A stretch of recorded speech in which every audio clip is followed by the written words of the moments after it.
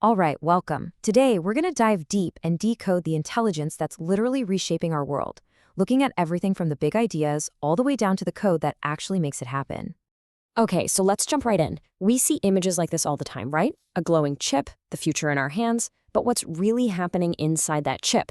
How does this stuff actually work? And maybe even more importantly, how do we keep it secure? So here's the game plan. We'll start by decoding what AI even is. Then we'll look at its core parts. We'll get into a really cool concept called fuzzy logic, then pivot to the super important topic of security, and wrap up by looking at how AI is becoming a tool for all of us. All right, first things first. Before we go any further, let's get on the same page about what we actually mean when we throw around the term artificial intelligence. Here's the key takeaway. AI isn't some single magical thing, it's a huge, sprawling field of study. The whole point is to create machines that are smart, machines that can reason, that can learn, and that can act on their own to solve real problems. Okay, so how does this actually get built? Well, AI is powered by a few key ingredients. So let's pull back the curtain and look at the building blocks that you're probably using every single day without even realizing it. Meet the engine of pretty much all modern AI, machine learning. Think of it like this. Instead of a programmer having to write code for every single possible scenario, we just feed a system a ton of data and let it figure out the patterns. It's literally learning from experience, just like we do. And believe me, you're using this constantly. When your streaming service uncannily suggests the perfect show for you, that's ML. When your bank sends you a text about a weird charge just seconds after it happens, that's ML too, working behind the scenes.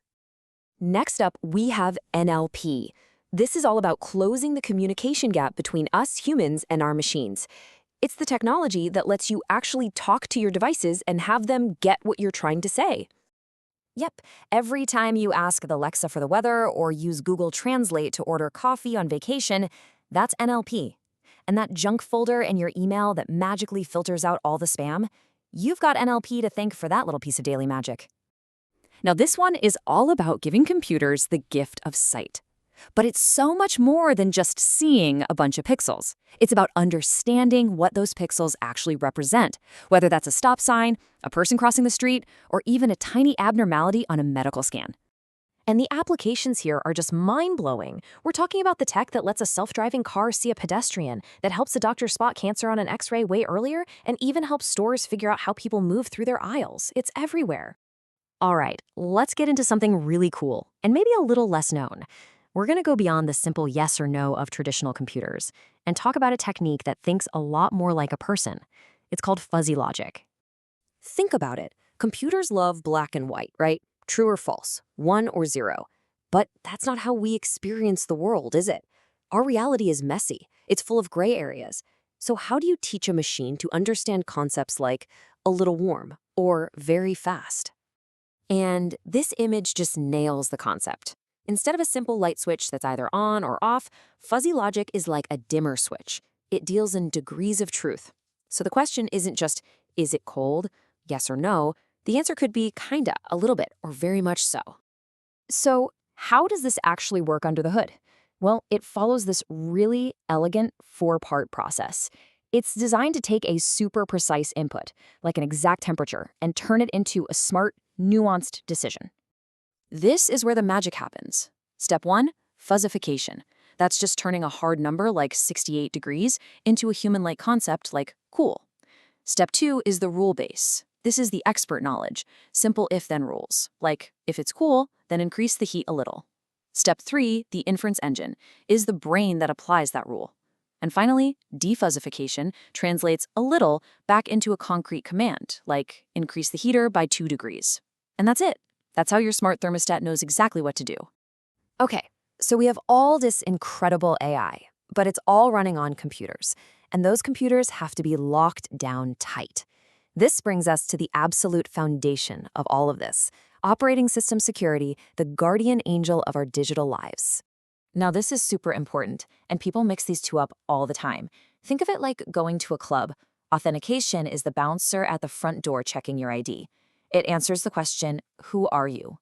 Once you're inside, authorization is the VIP rope. It decides where you're allowed to go and answers, okay, what can you do? You have to prove who you are first before you get any permissions. And of course, different systems handle this in different ways. Windows is everywhere, right? It's got user-friendly security, but that popularity makes it a massive target for malware. Linux, on the other hand, is famous for its rock-solid permission system, but it's not invincible. A simple mistake in configuration can leave the door wide open. But at the end of the day, it doesn't matter what system you're on. These practices are absolutely non-negotiable. You've got to harden your system by closing off any services you're not using. You have to patch it. When a vulnerability is found, you fix it fast. Use strong passwords, that's just basic. And use things like antivirus and firewalls. This isn't just a list of suggestions, it's essential. Okay, let's zoom back out for our final piece of the puzzle and look at a really exciting trend, how this powerful technology is breaking out of the research lab and getting into the hands of developers everywhere. And I mean it, this is a huge game changer. For years, if you wanted to do serious AI, you had to be a data scientist who knew these specialized languages. But JavaScript, that's the language of the internet. The massive global community of web developers can now build AI directly into their apps and websites. This is huge. And this is how it's happening. These libraries you see here, they're basically toolkits that hand AI superpowers to any web developer. You don't have to be a math PhD anymore. Tools like TensorFlow.js and ML5.js do all the heavy lifting, all the crazy, complex calculations for you, so creators can focus on innovating. It is fundamentally democratizing AI. And that's the big idea I want to leave you with. As AI gets easier and easier to build, the responsibility for securing it spreads out.